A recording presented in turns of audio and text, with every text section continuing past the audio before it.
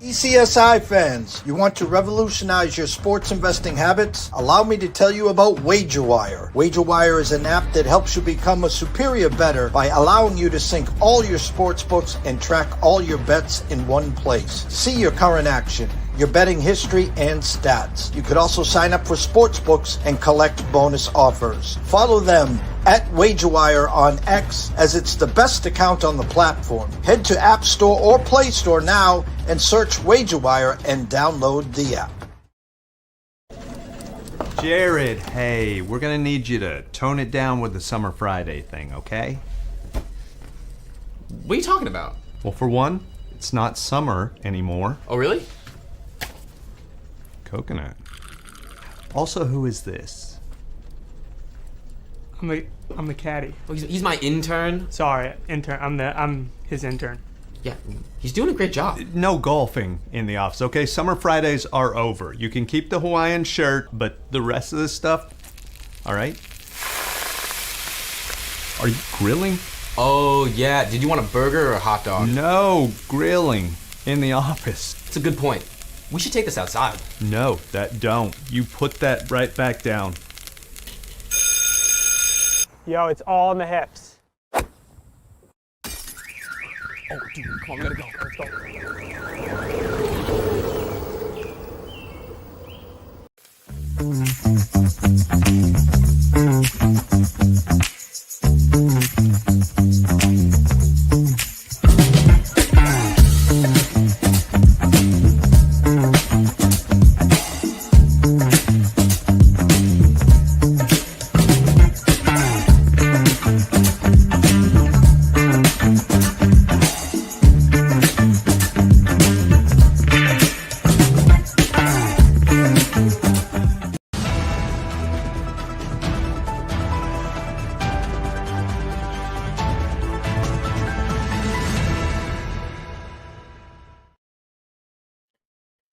Oh, a little technical difficulty there. How about this?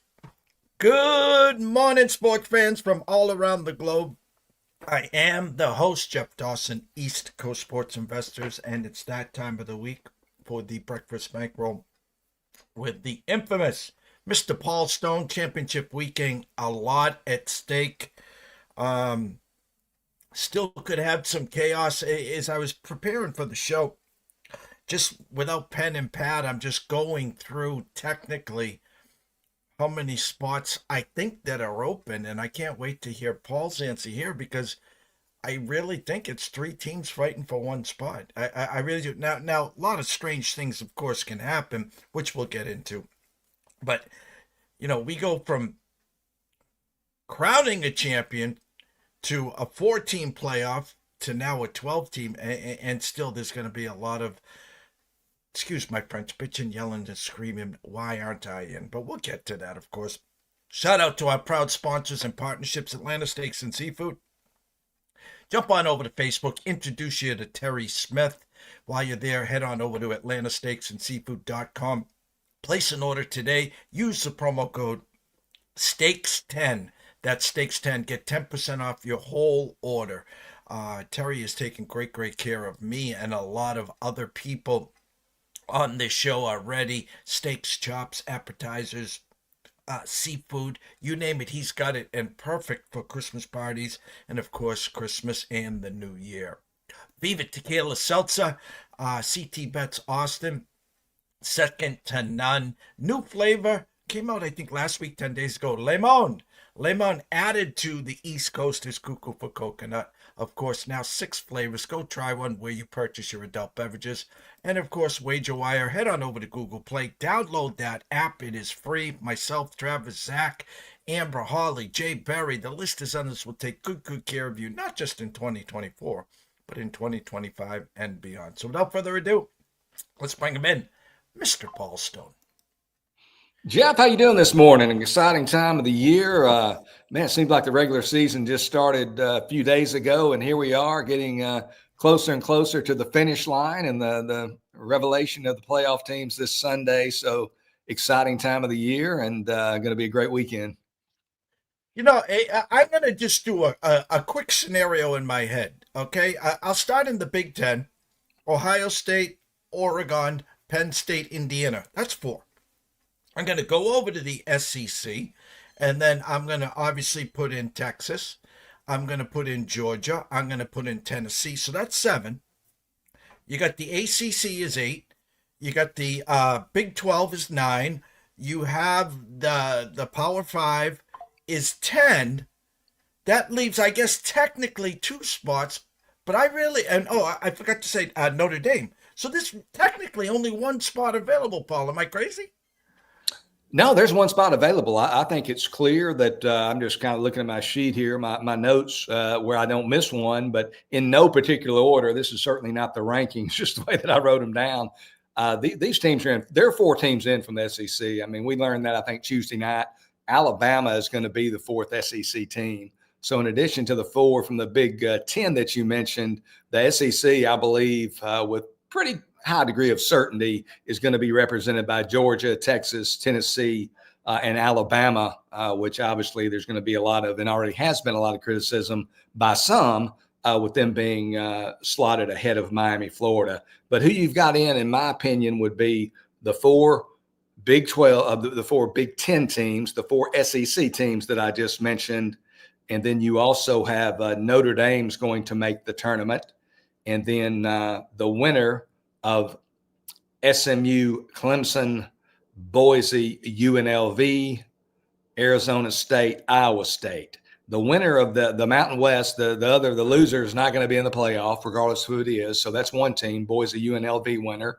The same with the Big 12, the Arizona State, Iowa State winner will be in the playoff. The loser will not. The wild card could be if Clemson beats SMU. That's going to be the decision that the committee would be faced with. And it seems like, based on what they released on Tuesday, they would be evaluating SMU's resume versus Alabama's resume. So Alabama, I did say there's going to be 4. I'm kind of backtracking here, but I think that's what it would come down to. If Clemson upsets SMU as a very small underdog, SMU now only favored by 1.5 points, then the committee for that final spot would come down to, the way it looks to me, SMU and Alabama for the final spot. And there was the real question there. I'm going to take you back a couple of years ago, an SEC championship game, Georgia undefeated. Alabama already had a loss. Georgia knew in the SEC championship, win, lose, or draw, we're going to the Final Four. They didn't kind of open up their full playbook. They played a good first half, but Alabama, that sense of urgency, they had to win to get in. And I'm feeling the same thing here with this Clemson SMU game. Obviously, Clemson needs to win to get in. And I tell you what, you want a shitstorm on social media here. You're going to punish a 1-loss SMU team losing in its championship game and put Alabama in. There's going to be bedlam if that happens. Yeah, it's going to be a difficult decision. And I, the committee, if we're just going by number of losses, anybody could do that. The committee, and I've been critical of them, not certainly as critical as some people probably, but they have a very, very difficult job. I mean, this is just total pandemonium, confusion. The teams play disparate schedules, though. We do have very little. It is a little bit difficult to digest the thought of a team being penalized for playing in its conference championship game. But the ACC is, in my opinion, clearly the weakest of the 4 Power 4 conferences. And we just don't have that many data points on SMU. Before Preston Stone was demoted and Kevin Jennings was named the starter, SMU lost to BYU at home as a double-digit favorite. Jennings actually came in that game early. They've since won 9 straight games and won those games by essentially 20 points a game. But they really don't have a whole lot of meat on the bone. The only victory of great significance, other than the fact that they've been dominant, is the win at Louisville. I believe it was 31-24 as a 7-point road underdog. So, it's going to be a tough decision.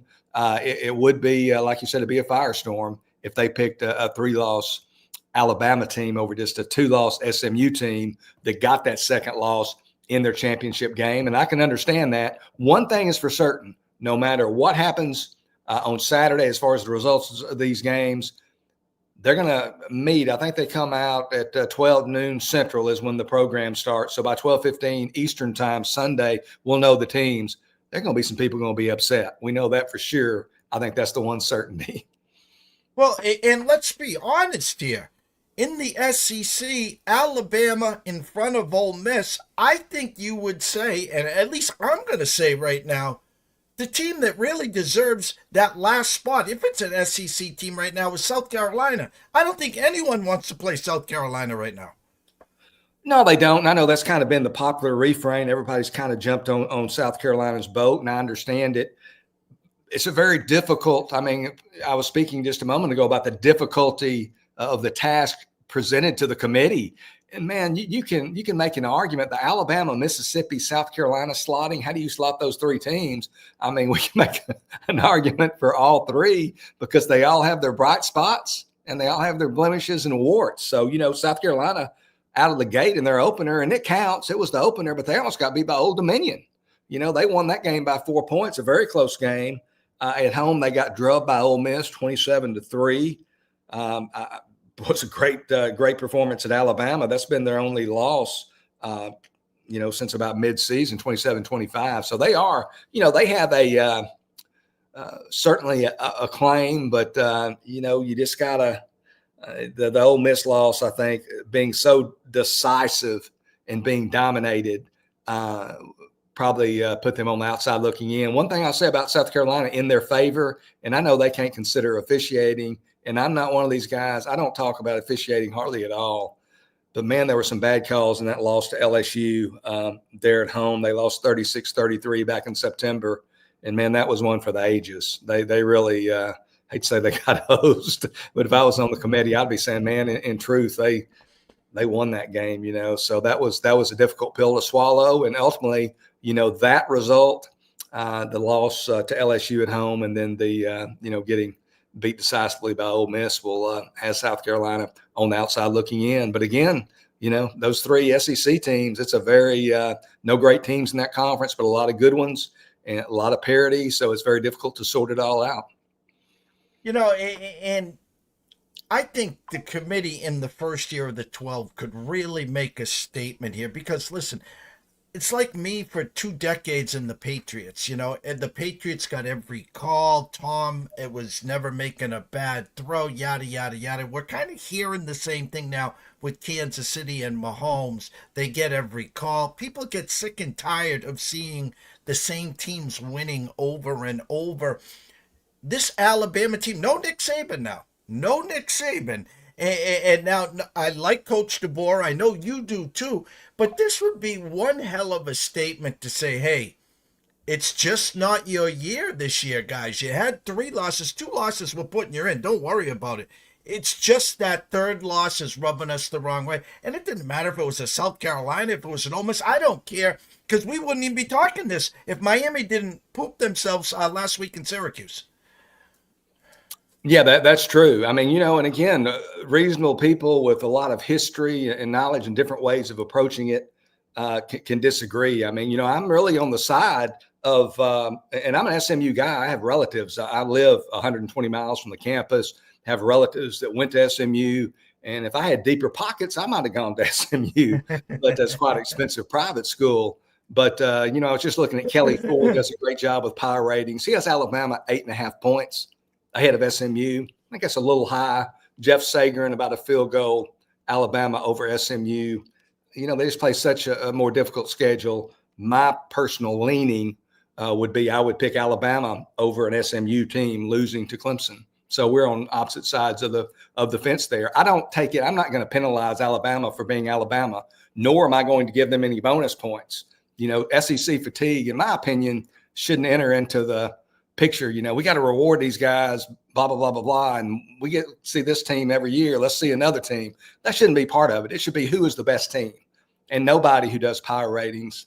And you might agree with this or not agree with it. I don't think anybody would think Alabama would not be favored over SMU on a neutral field. If SMU was favored over Alabama on a neutral field, I'm not saying they wouldn't win, but the number of Brinks trucks backing up to the sports book with bricks of cash to bet the Tide, it would be they would have to call security. They would have to hire security, maybe. I don't know. But but I do agree it is a tough call.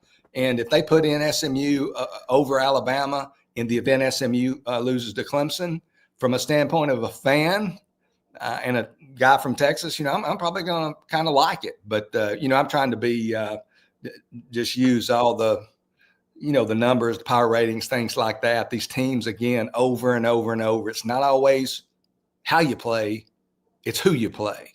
And that's one reason Boise getting the biggest gripe I have with this committee. To me, it's just insanity that Boise State of the Mountain West, and I'm not against Boise at all. I mean, I love Boise. I love the underdog. I can remember being at the Las Vegas Hilton, now the Westgate, in 2007 when Appalachian State and Armani Edwards upset Michigan. I mean, I just loved watching that game. Not that I don't like Michigan, but the underdog. Everybody loves the underdog. But the fact that Boise State is going to get a bye over the Big 12 champion, to me, is just insanity. And you talking about power ratings, anybody that does power ratings, Boise, they're getting a lot of mileage off playing Oregon within 3 points at Alton Stadium in week 2, as they should. And people like Ashton Genty, also a Texan, great guy, great story, grew up in Europe. Dad was a military guy, under-recruited in the state of Texas, went to Boise. Everybody loves him. But in the past month, Boise's won one-score victories over Nevada and Wyoming. I mean, can you imagine if Alabama or Georgia won by one score against Nevada and Wyoming? We're not talking about close games against second division teams in the Big Ten or the SEC. Bless their heart, but we're talking about second division teams in the Mountain West Conference, historically one of the weakest conferences in the entire FBS, no different this year. So they, down the stretch, have not played all that well, and Arizona State is ascending. They have been dominant the last 5 or 6 games, and that to me is just, I know it won't get talked about as much as some of the other, but the fact that Boise State appears to be clearly headed, if they win, to a first-round bye is just over a Big 12 team. Man, that's something. Notre Dame has always been their own brand, their own network. They do what they want. They won't jump into a conference. And I'll play the chaos game right now. So you got your 4 champions, conference champions. You have the Power 5. Now Notre Dame, who I guess took care of business since the Northern Illinois loss and a big win at USC last week. Well, I'll play the chaos card, Paul. Penn State upsets Oregon, and Georgia upsets Texas. Ohio State and Texas, I assume, would drop, but they're not going to drop below Notre Dame, correct? Notre Dame would take that 2 drop as they place Ohio State and Texas from where they're slotted now and after their conference champion loss. Saying that Ohio State and Texas in that scenario would be slotted below. In front of Notre Dame. They would be in front of Notre Dame. Okay. I'm not sure I'm following you, Jeff, and I was trying to pay attention. So in other words, if we're just looking at the rankings right now. The playoff rankings, right? Ohio State and Texas are clearly in front of Notre Dame, correct? Yes, in the playoff rankings, that is correct, I believe. Notre Dame's not playing in the conference championship game. I guess my question to you is, if both Texas and Ohio State both lost, they wouldn't slide them below Notre Dame in a conference championship loss, I guess is my question. Yeah, the Ohio State thing confused me. It's this whole darn thing's so confusing. Not Ohio State. I'm sorry, Oregon Oregon and Texas. I apologize. Yeah, and Notre Dame's ahead of Ohio State. There you go. So Oregon and Texas 1 and 2. Yeah, Oregon and Texas, they've shown even if they lose, it would be interesting because, they've indicated they're not going to penalize a team for losing their conference championship game. And to me, it would certainly be punitive if those teams were to lose and then fall below an idle Notre Dame. But I'm kind of like you. It seems like you're insinuating you think Notre Dame might go ahead of them or not. No, I think what would happen, and I apologize with the Ohio State here, the two teams in front of them, Oregon and Texas, both in conference championship games, both in front of Notre Dame. You're not going to drop them 6, 7, 8 slots off of a loss to Penn State, Oregon, of course, and then, of course, Georgia beating Texas. They would drop them down in front of Notre Dame, I guess is my question to you, Paul. To me, that's very interesting. And it would be, he said they will not penalize teams for losing the conference championship game. I think they will possibly do that in SMU's case. And I think in the scenario you just presented, which is very possible, man, it would be interesting to see. I mean, they have to this point, I think teams that lose have been dropped, several spots. So if this was not the last final reveal of what's going to happen, I think they would fall below Notre Dame. But he's already kind of set the stage with his comments to the ESPN guys that you won't be penalized. That would be very, very interesting. If they do it like they've done to this point, they would fall below Notre Dame. If they hold true to what the Michigan AD told Chris Fowler on Tuesday night, then they wouldn't. So that's a very interesting scenario that could come to fruition. I mean, we got four Power 4 games, and the point spread's 3.5 or less in all 4. So anything could happen here, including the fact that your 4 conference champions in those 4 conferences, the favored teams, in fact, Oregon in the Big 12 championship game over Penn State, I think currently about 3.5. Texas favored by about 1.5 or 2 over Georgia.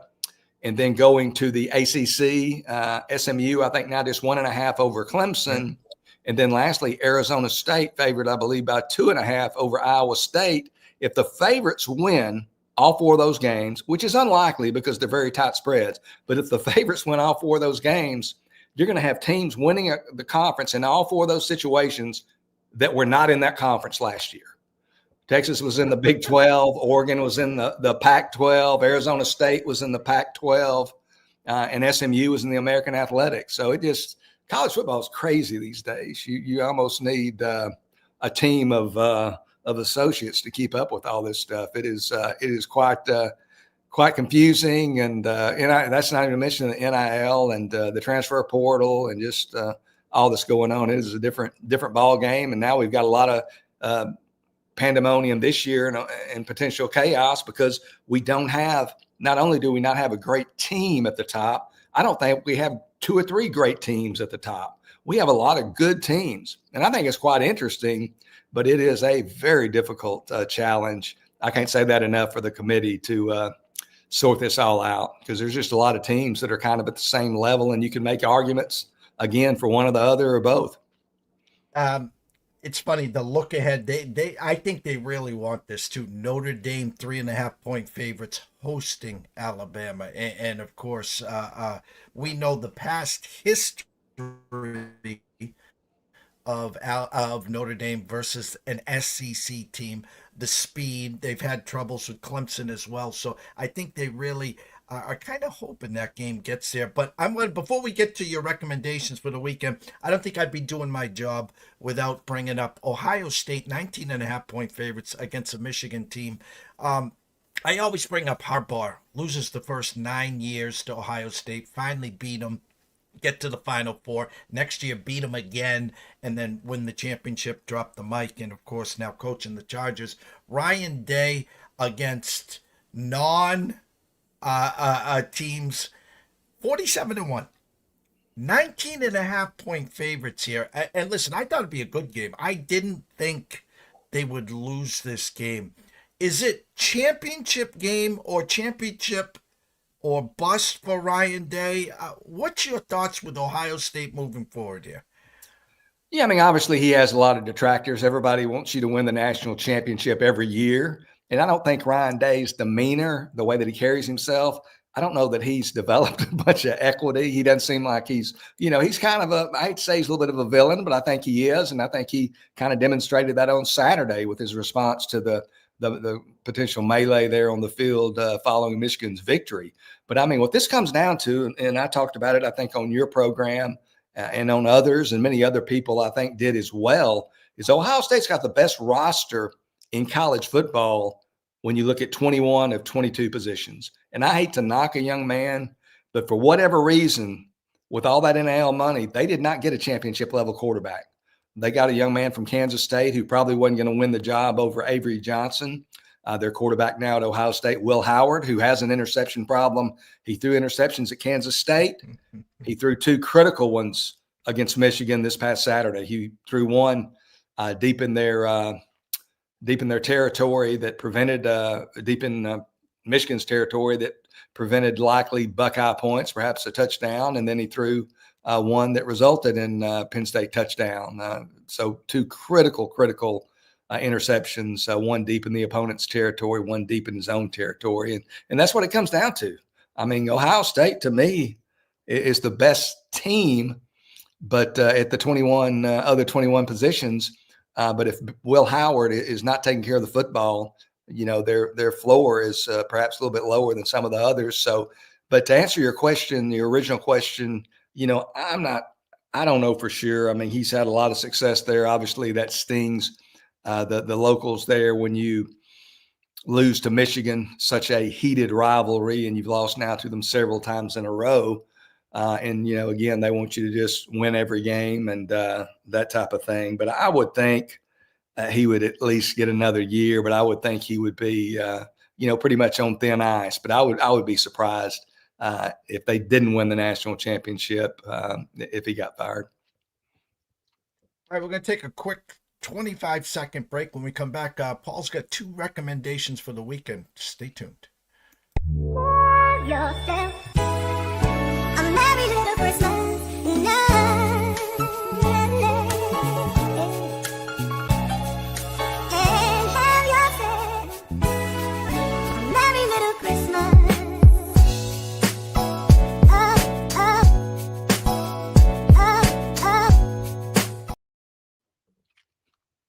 Going to go right to the ACC Championship at the Bank of America Stadium. I took the freshest lines for you right now. SMU -2 versus Clemson, and over-under of 55, Paul. Yeah, I'll tell you, Jeff, SMU really wanted to be in the Atlantic Coast Conference. Just give a little backstory. Trying to get in the conference from the American Athletic Conference. And I should know the booster's name to give him credit, but he's a big money guy. They said, man, we need to raise some money. How much can you call up some of your buddies and get some money? He said, I'm good. I can get $100 million in a week. Give me a week. I'll get $100 million. He got a little over $100 million. So SMU's able, therefore, to forfeit TV revenue for 9 years to get in the ACC. They really wanted to get in the ACC, and it is going to be something else if in their first year they go into that conference and win the whole thing. They have to get there. And they still, as we've talked about, they still could perhaps get there if they do lose to Clemson. I think it has to be close for them to get in over Alabama if they were to lose. Obviously, if they defeat Clemson, the recent royalty of the ACC, they earn an automatic invitation to the inaugural 12-team playoff. These teams have played similar strengths of schedule, but Clemson is 0-3 against top 30 competition. Started the season by losing to Georgia at neutral site Mercedes-Benz Dome, Atlanta, not far from Athens, Georgia, but not far from Clemson either. Lost that game 34-3, totally outclassed. And then they lose home games to Louisville 33-21. And then just this past weekend to Palmetto State rival South Carolina 17-14. SMU, meanwhile, 2-1 against top 30 foes.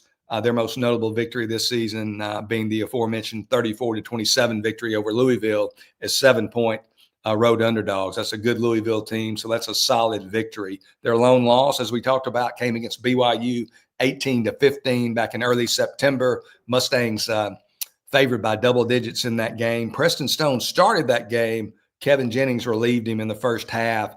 Jennings has started the last 9 games for SMU, all victories by the Ponies and all pretty much decisive victories by almost 20 points of victory, 19.9 to be exact. Clemson has the greater reputation, certainly, among the two teams. One of the true blue bloods in recent years in college football. But I like the way this SMU team is built. I like Kevin Jennings. He's a dual threat guy. He can improvise. He's kind of got that it factor, in my opinion. Ponies playing with great confidence, great purpose. I think they're going to go into Charlotte, beat Clemson. I like SMU -2 over Clemson. Then my other selection is going to be on the Southeastern Conference Championship game played there at Mercedes-Benz Stadium in Atlanta. I believe that's a 4 o'clock Eastern kickoff this Saturday. I'm conflicted on the side here. I still have visions of Georgia going into Austin on October 19th and dominating Texas on both lines of scrimmage, winning that game 30-15. So I'm going to focus on the total here. You look at Texas's defense, and it's arguably, maybe even inarguably, the top defense in all of college football. You look at the most critical team defensive categories, statistical categories, and Texas is 1 and 2, one or first or second in all 3 of them. Scoring defense only allow 11.7 yards points per game, ranked second nationally, I believe, in that. Total defense only 247.5 yards per game.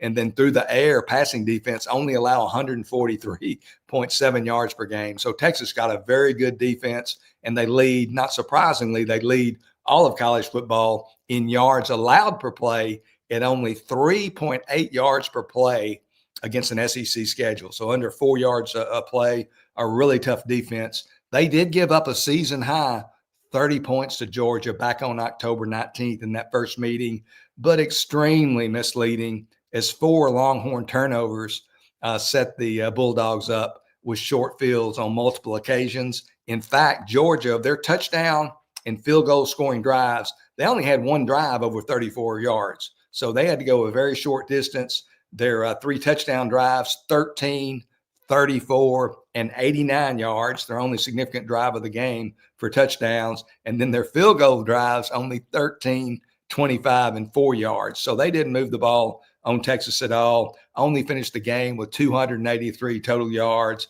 averaged only 3.9 yards per play. Both these teams averaged less than 4 yards per play in this opening meeting, which is very low. Texas only had 259 yards per game. The Joe Moore Award nominated Texas offensive line really dominated by the Bulldogs up front, only 3.4 yards per play for the Longhorns. Texas quarterbacks got sacked 7 times by the Bulldogs in that game. Element's not going to play a role in this game on Saturday. Mercedes-Benz Stadium's got a cover on it, got a roof, so that won't help our under. But I still believe points going to be at a premium. The money's kind of gone the other way. It's up to 50 now at some shops. Open 48.5, 49. So some people betting over, but I think it's going to be another defensive game. I'll take the under 50 in this Texas-Georgia game in Atlanta on Saturday. Well, I can't wait for this weekend. I think we get a nice little game, which we didn't get to. Again, I could talk to you forever. Friday night, Tulane Army, Western Kentucky, Jacksonville State, and, of course, UNLV, Boise State. So I'm going to allow you, because you're so busy, to enjoy the weekend. And then, of course, the chaos that will come on Sunday. And I can't wait to get back to you, of course, here next Thursday at 11:05 Eastern. But as we always wrap this up, Paul, on Twitter, everyone knows where to find you at Paul Stone Sports, but tell them about your website. Yeah, if they want to take their interest into what I offer a step further, my website is paulstonesports.org. Take a look there if you so choose. Again, paulstonesports.org. Great as always, Paul. Enjoy yourself, and we'll catch up soon. Cash some tickets. Good deal. Have a great weekend, Jeff. Good being with you. Take care. The one and only Paul Stone. Go follow him at Paul Stone Sports. And, of course, check out his website at paulstonesports.org. Go to a couple quick commercials when we come back. Mr. Adam Trigger, a day early. He will be traveling, I assume, to catch a few basketball games in his area. Hopefully the snow won't shut him down. A couple quick commercials, and we'll be right back. 2,000 years long, we will never settle. Hard days, no way, with a heavy metal. No time, no fail, won't stop here. Like a torch to a flame when it burns hot. Come on, baby,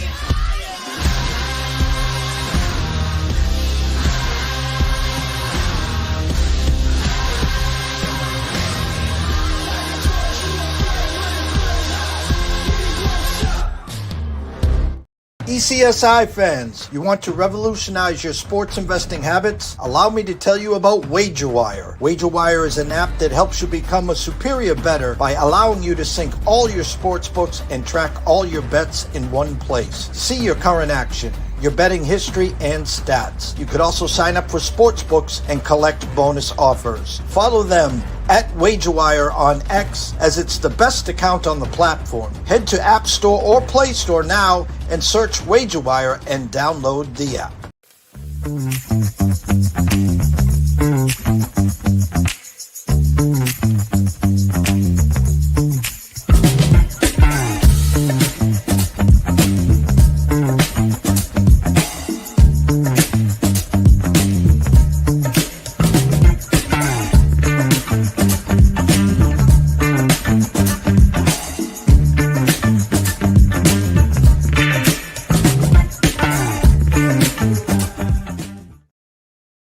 A day early, but we're blessed and grateful to have him here. Excited. We're 1 month already into the college hoop season, and I don't want to say bedlam. I don't want to say must wins, but exciting week. The last couple days, SEC ACC challenge, Big East, big win in stores, which we'll get to. So let's bring him on, Mr. Adam Trigger.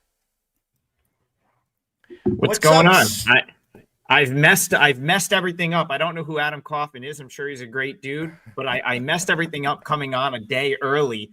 You were right though. I'm going to be actually hanging out with a buddy of mine this weekend and getting out of the Northeast. So my friend Aaron Kidd lives down in Virginia, and I'm going to drive down there. Hopefully, it's really not snowing that badly here. We've been spared a little bit. Like, we got a little of that snow you saw on your TV on Sunday night that hit Buffalo so good, but I'm far enough west where it's not horrible, and I think I'll be able to get out in the morning. So yeah, I'll be down at a couple games this weekend. We're going to go to High Point, North Texas on Friday night, which should be awesome. That's a arena I've been dying to get to. The Cubane Center is one of the nicest mid-major arenas, I think, in the country. At least that's what I've heard. I've never been there, so looking forward to that. And then we're going to try to go to a couple in the area. I think North Carolina A&T and Elon on Saturday. So go get a couple games in, and looking forward to it. I tell you what, I'm here wearing 25 hats. Apologies. Adam Kaufman, local Boston radio guru for WRKO, does some work on sports grids, come on occasion. So again, I got fat thumbs. No, that's all right. I appreciate you guys accommodating my schedule. Like I said, this is a day early, but the cool thing is I feel like we end up talking about the same teams a lot on Friday. So we're going to get to like kind of highlight a couple different teams here today, which I'm looking forward to. Well, you got the UConn gear on, and of course I kept this out for you, Jeff. I was wearing this yesterday because I had to do a video, and I said, you know what, I got to throw the UConn jacket on for Jeff because it's a big bounce back win for them last night. You know, I think Hurley is really. Listen, we know he's passionate. We know his shtick. You either love him or hate him. I thought he made an ass out of himself in Maui. They come back. He made it clear, if as long as I'm coaching at UConn, I will never do a 2 or 3 day tournament, yada, yada, yada. They play a cupcake. They get their feet wet. And then, of course, in comes Baylor. No Caribbean again. They were favored by 3.5. And as most people that saw the end of that game, I did not like the 3.5. I stayed far, far away. And Baylor had the cover. And then they did call the foul with 0.4. Yep. 2 free throws, lands on 4. Thoughts on what you saw from the Huskies with a real decent, good opponent on Baylor last night? Yeah, so first of all, I'll address the Dan Hurley comment. I think that my favorite thing that came out of Feast Week was him going out there and saying, I'm done playing 3 games in 3 days in some tropical island somewhere. I can't stand it. I know it's great for like watching games and having games on all day, but it's as a sports bettor, it makes it very difficult to evaluate UConn because now you've got the Colorado game and the Dayton game baked into the numbers when we know that that's not like a true representation of what UConn is. I was down in the Bahamas last year. I know that like it's a split between like a vacation, but we're playing some basketball. And so listen, back-to-back games is fine, but the 3 games in 3 days, that never comes up at any other point in the schedule ever until conference tournament time. And that's a whole different ballgame because it's like, okay, like conference tournaments, it's like the season's over if you lose. So you're never going to question motivation in a conference tournament, especially the smaller conferences when it's like literally win or go home for most teams.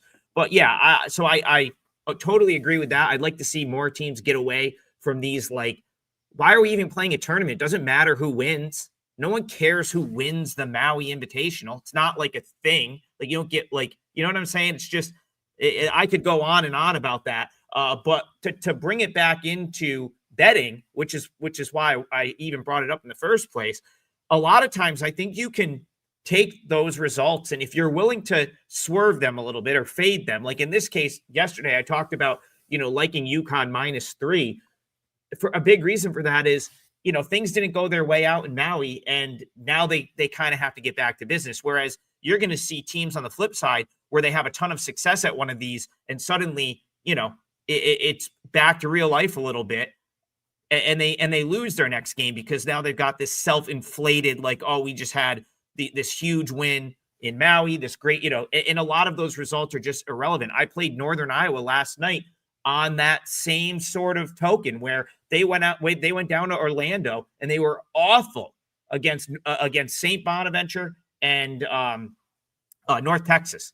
They scored 48 and 56 points a game. What they do? They came out in their conference opener last night and boat raced Illinois, Chicago as a toss-up, as a pick. UConn, in my opinion, was clearly the better team last night. Credit to Baylor for hanging around. That's one thing. Like, I've been pretty critical of Baylor this year. I don't think they defend well. I think their offense is sloppy at times. But they don't give up.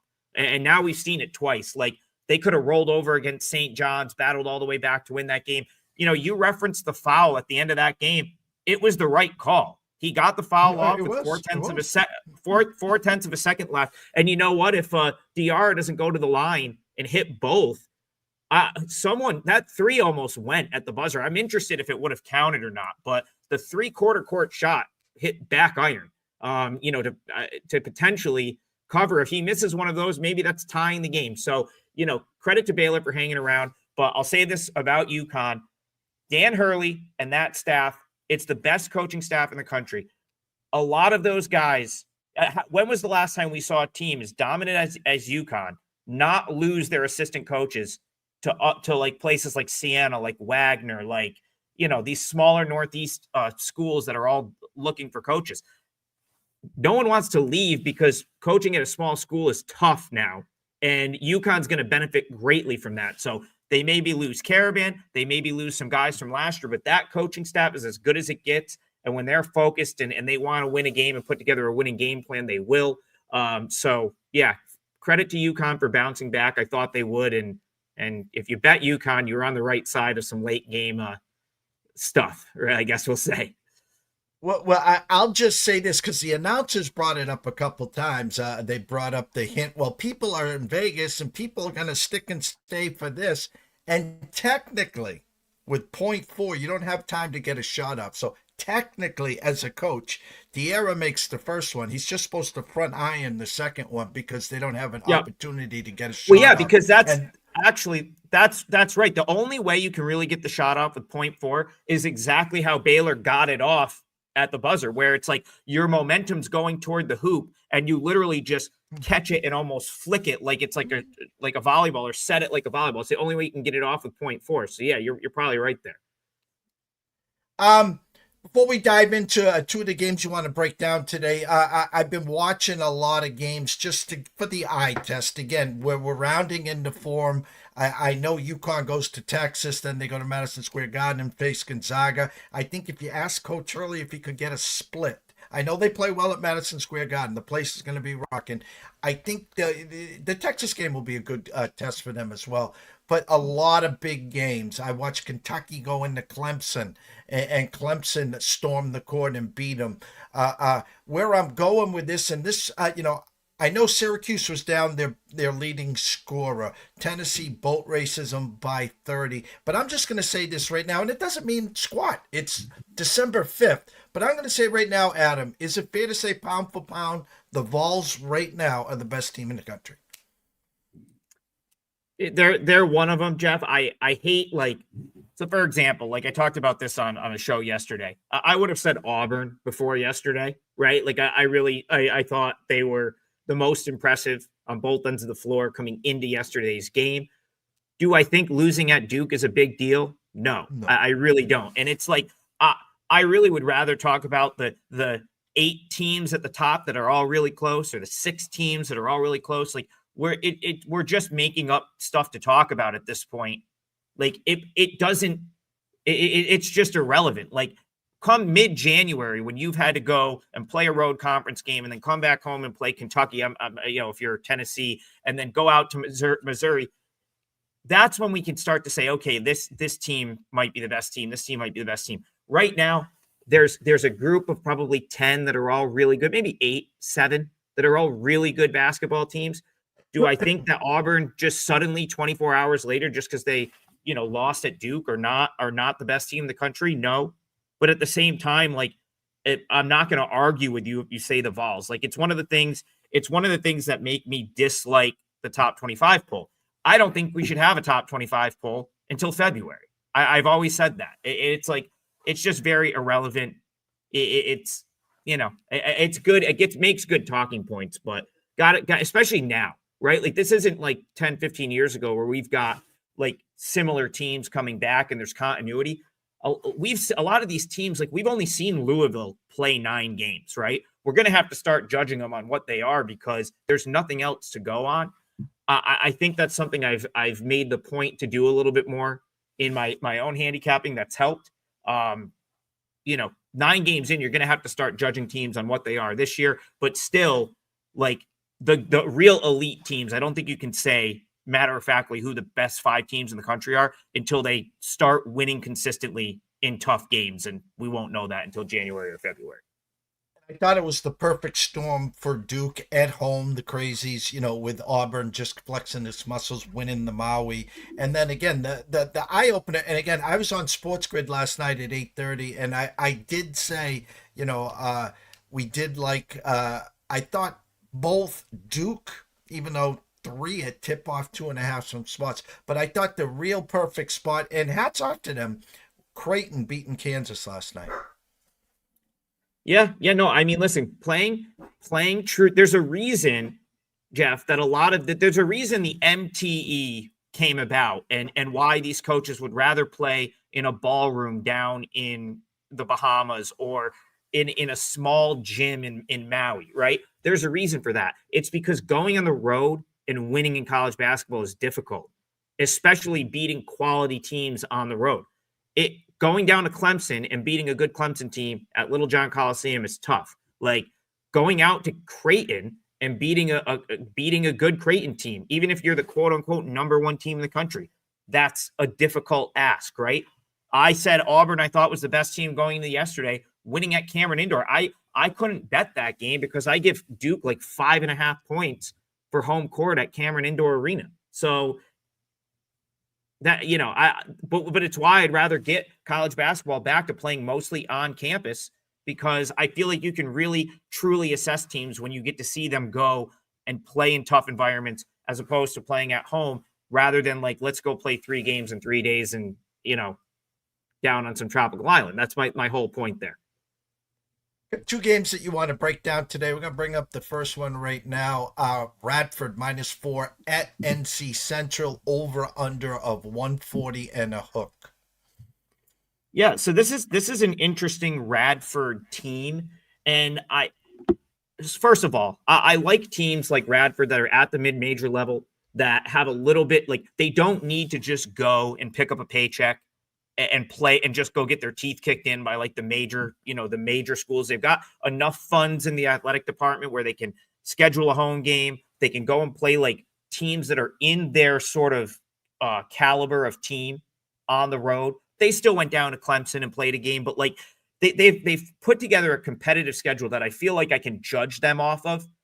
Like, and that's super helpful. And it's also, I think you get a good barometer of what a team like Radford actually is when they're going and playing teams that they can beat. And they're off to a 7-2 start this season. But, if you follow Radford and you follow the Big South Conference, they kind of did this last year.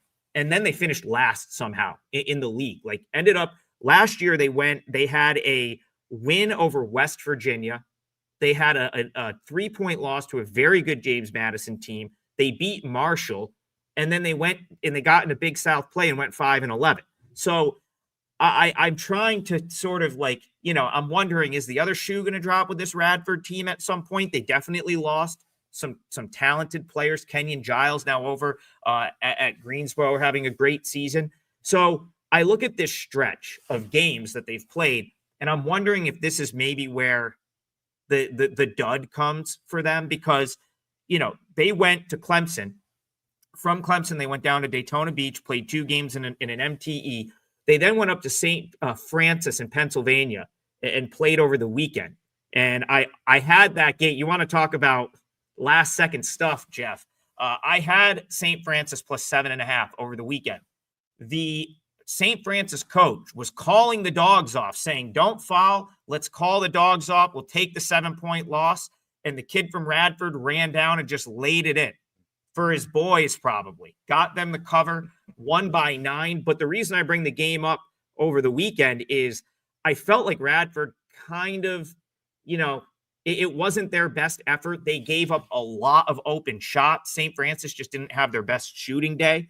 And then also, St. Francis kind of let them have what they wanted. I mean, there was multiple possessions in that Radford-St. Francis game where Radford dribbled down and had an uncontested 3. And so I feel like they probably didn't that 9-point cover over the weekend has maybe inflated them a little bit here in what is now their 5th straight road game. And, it's going to be probably a decent atmosphere. NC Central doesn't get to play a ton of games at home. And you have an NC Central team that I think is the antithesis here, a little bit of how Radford, what's going to allow Radford to have success. St. Francis is kind of let's space out the floor. Let's take a lot of threes. Radford had a big athleticism advantage there. NC Central is a veteran team. A lot of guys have been with the program for a couple of years. They are going to play it's going to be kind of chaotic. They force turnovers at a high rate. They'll turn the ball. Last year, they turned the ball over at a high rate, but that's something that's really impressed me with NC Central this year. 10.2 turnovers per game. And this is playing teams like George Mason, High Point, William & Mary, Winthrop. They haven't, this is playing decent competition, and they found a way to sort of clean up the turnovers, which for that team is that's a massive bump up for NC Central, because last year they could force turnovers with the best of them, but they turned the ball over a ton. So the fact that they've cut the turnovers down shows me that that's the mark of a team that's a little bit more veteran than they were. And that's going to really, really help them. Now, Radford's going to have a nice edge on the boards. They're going to be, they're going to have a nice rebounding edge here. And the defense is suspect at times for NC Central, but I'm kind of, this is not something I've played yet. This got bet up to 5. It went from 2.5 all the way up to 5. I think some people have come back in on NC Central now at 5, maybe at 4.5. If that's correct and it's still 4, that kind of makes sense. I thought that number was crazy. Not one that has made my card yet, but I did think once this hit 4.5 and 5, that number was a little bit out of control. So a pretty strong lean here to NC Central for me. And I won't be surprised if this is where Radford drops one. It feels like they've got a loss coming. 10 p.m. The Dons of San Francisco, overnight number 9.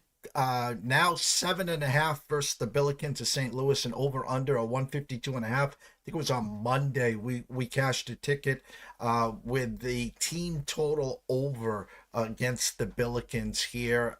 Thoughts on the Dons minus 7.5 versus the Billikens? Yeah, so this is one I did get out in front of this move. Actually, played this 9.5 overnight. FanDuel, quite a few places open this 9.5 minus 115. entered it right away, played it right away. It was kind of quickly down to 9. Now it's 7.5. So I guess I'm happy that I've got a good number there. As far as like still being playable, I think you could, consider like if you can get an 8, I think that's pretty good. There was like right before I got in the show, there was still some 8s out there. But like even at 7.5, like I think St. Louis could win this game. And if I feel like this is going to be a really good game, probably within a possession or two. So that 7.5 might actually still be good. Rationale here is pretty simple. Robbie Avila missed a few games for St. Louis, and I think it kind of slowed their development down a little bit. He was the focal point of Josh Schertz's team last year at Indiana State. He's going to be the focal point offensively of St. Louis this year. Of course, he notably went down in the season opener against Santa Clara and then missed 4 games. So even though he's been back for a couple games, I think now is when you're going to see that start to pay off against the spread. St. Louis has won 3 straight, but they failed to cover their last 2. And you know what? That UMass Lowell St. Louis game was awesome. And credit to UMass Lowell. That is a good basketball team.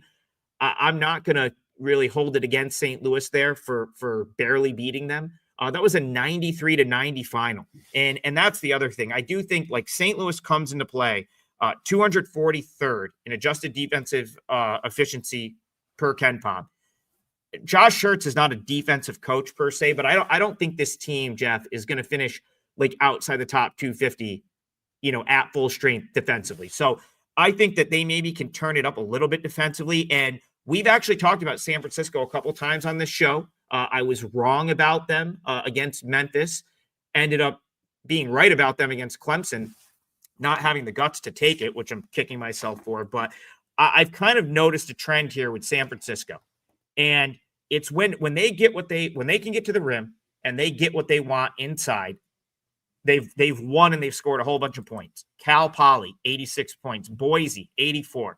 Long Beach State, 84. These are all scoring outputs in wins, right? Fordham, 85. Mercyhurst, 87. When San Francisco has been denied the rim and hasn't been able to just get to the rim at will, Memphis, they score 64 points. And if you remember that game, they were up 9 at half, and they just once Memphis got them out of the paint and pushed them out to take in jumpers and threes, they could not score in the second half. Clemson's by far the best paint defense or rim defensive team they faced this season. 55 points, never had a chance in that game.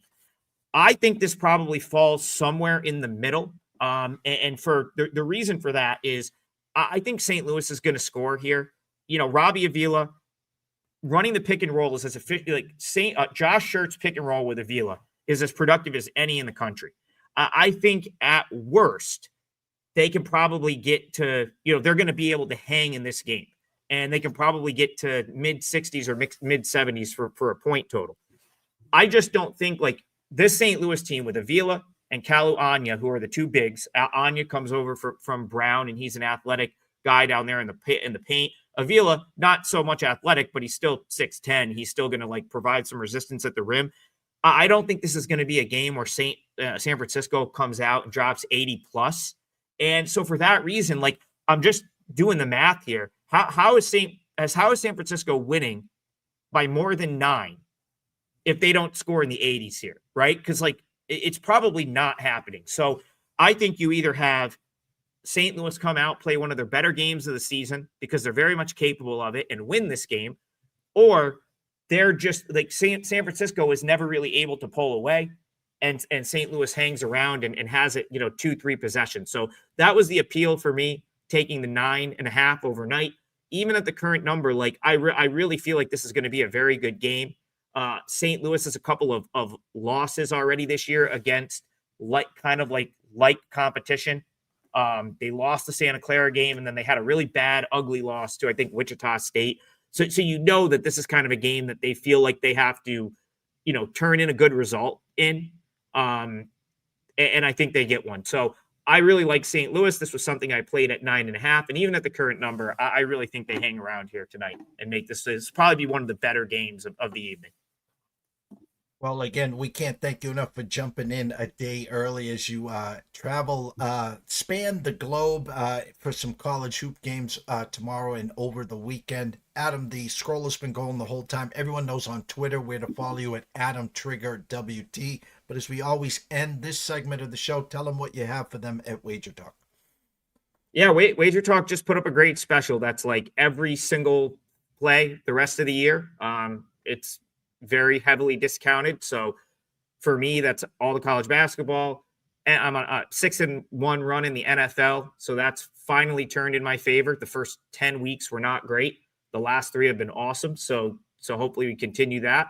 College football, I've won 7 of the last 9 weeks. I'll probably have a play, at least one play for this weekend. I haven't locked anything in yet, but there's a 1 or 2 I've got my eye on. So probably get to the window with one of those. And, that's probably the best thing we've got going on the Wager Talk site right now. I did play St. Louis. So that is one game that I've played tonight. Probably my only one in college hoop. There's a couple others I'm considering, but maybe I may add the NFL game tonight. So we'll see. But that's what I've got going on today. Adam, safe travels. Be following your timeline for all the great pictures at the games, and we'll catch up to you next Friday. How's that? All right, Jeff. Thanks for having me on Thursday. Appreciate it. Enjoy your weekend. Take care. The one and only Adam Trigger. Go follow him at Adam Trigger WT. Go check out all his work, of course, at Wager Talk. We're going to go to a quick commercial break. When we come back, we're going to wrap it up. Stay tuned. Yourself. A merry little Christmas night.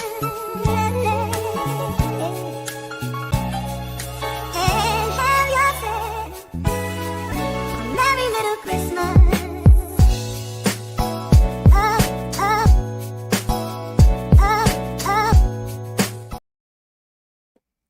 Great Thursday show to start the day. Of course, Mr. Paul Stone. We could have talked. We'd still be talking about the what coulda, shoulda, wouldas, and what will happen after Saturday, as everyone will be sitting on their couches and ready for the brackets on Sunday to see who's playing what, where, and who got screwed and is outside looking in. And of course, Adam Trigger to wrap it up, talking some college hoops. If you can, again, he's already played St. Louis. He got the overnight number of 9.5, down to 7.5, 8 in some shows, in some shops. So just watch the market. If that thing tips up to 8, 8.5, jump on him with him. And of course, go follow him at Adam Trigger WT and go check out his work at Wager Talk. 3 p.m., the return of Lou Finicaro. The UFC is back. I will be talking 4 fights with him. Hope to see how his Thanksgiving was. Maybe he'll give us a little insight on the divisional game tonight, where Green Bay travels to a banged-up Detroit defense. It tipped to as low as 2.5 yesterday, back to 3, 3.5. 3.5 at the circa right now. You can get it at 3 minus 120 at the Superbook. 3.5 at circa, excuse me.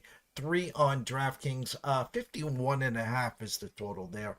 And of course, 5 p.m. Ron Momorlewski live from LA. We'll be talking more college football and NFL. Want to give a special shout out, of course, to CJ Nichols, the Live Zone. Go follow them and his new commercial. If you haven't already, guys, jump on over to Facebook. Introduce yourself to Terry Smith. While you're there, head on over to AtlantaSteaksAndSeafood.com.